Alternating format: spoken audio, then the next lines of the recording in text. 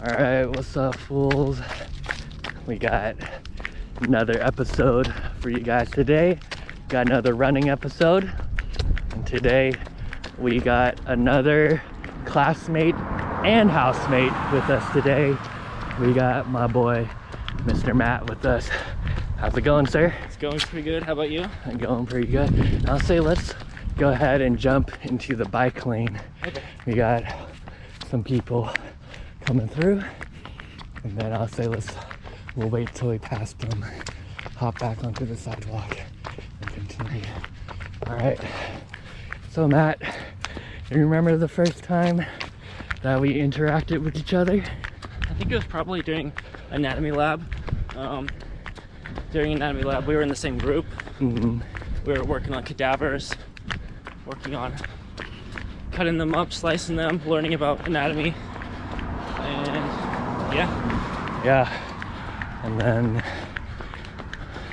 not too long after that, you moved in. Yeah, it wasn't next semester, I think. Yeah.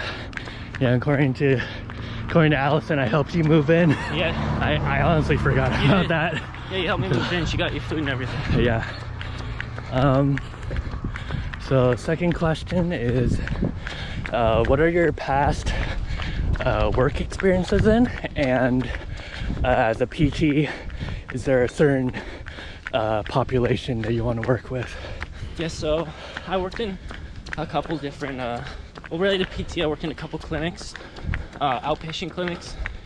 And I was also a sports medicine intern for the UC Davis athletic program. With Jenna? Yeah, with Jenna. Yeah. And I was working with athletes, taping their ankles, doing stuff like that. Nice. And then, yeah, I was an aide at an outpatient clinic, and I worked there for about a year. Yeah. And I was also a pizza delivery guy in high school. For Domino's or? No, it's a higher end chain. It's called OG's Pizza. Oh, geez. It's in San Diego. Okay. So I worked there in most of high school. Nice. So you say sports is where you want to end up? Yeah, I'd say sports. I'm more interested in outpatient in general, not hospital. So outpatient, probably ortho, maybe sports, things like that. Nice. So let's see, let's wait till we pass this guy. I'm gonna let you go forward. All right.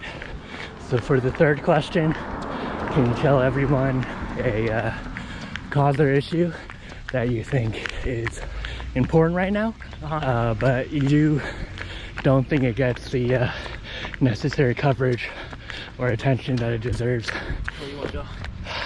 I'll just say go up the hill. Okay. So one thing. Yeah. So one thing I think is important that I feel like is underlooked is or overlooked is nutrition. Mm-hmm. And its effect that it has on our mental health, our physical health, how our body heals, how we learn everything. So talking about nutrition, teaching people what to look out for, trying to prevent kind of a outbreak of obesity that we have in our country. Yeah. And it's perfect that we're running right now. Right. We're leading by example right now. It's perfect because I'm about to eat a ton of food when I go back home.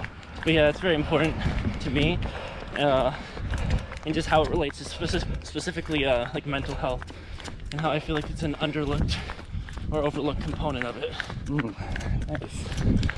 And I'll say, kind of transitioning to the next question, is there a kind of another cause or issue that maybe you're a little more personally involved in, either right now or in the past, that you'd like more people to know about?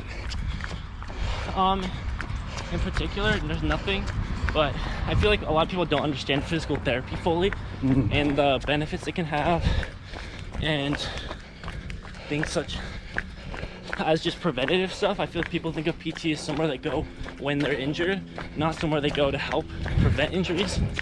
So I think that's an important aspect of PT that people don't understand. Yeah. Nice. Did you find that was a problem? Here, let's turn back around right here. Did you find that was a problem kind of when talking to some of the patients when you're working as an aide? For sure. And people just think I'm gonna massage them. Yeah. They're like, where's my massage? I'm like, we're not doing massage today. So just understanding things like that, especially with athletes, I feel like not enough preventative things are done, which Allison kind of talked about. Yeah. And that PT can be a good way for sports prevention, and also just things like keeping you active, preventing diabetes, obesity, talking to you about your nutrition. It's the physical therapy isn't just where you get massages and they work you until you don't like them anymore. Yeah. Nice. And I'll say, just to conclude this little conversation that we're having, I know most of us, our goal is to finish PT school. But do you have any other either short-term or long-term goals that you'd like to share with everyone?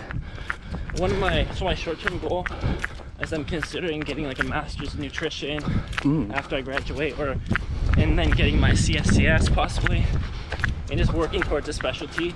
Long-term, I hope to own my own clinic possibly, if insurances are a lot of problems with insurance right now, but Yeah. if I could find a way to either do like pay out of pocket or something like that, then I could see that. So, cross back. Nice. Let's see, you thinking of opening a clinic back home in San Diego, or you're kind of likely, just wherever I end up. I'm not super 100% one way, but Southern California is my optimal place of residency. Nice. Well, thanks for coming out and answering my questions while we're heaving and huffing. I think I'm doing most of the heaving and huffing. But if you guys don't know, we're back out behind the neighborhoods where we live, and we just did the hill that I think you saw me and Mike Wong walked up, but me and Matt, we decided to run it or jog it, depending on your definition of speed. But anyways, thanks for tuning in, and thanks again to Matt for letting me interview him. As I always say, this series will only go as long as there's people who will let me bug them and he'll answer my questions. So thanks again, and we'll see you on the next one. All right.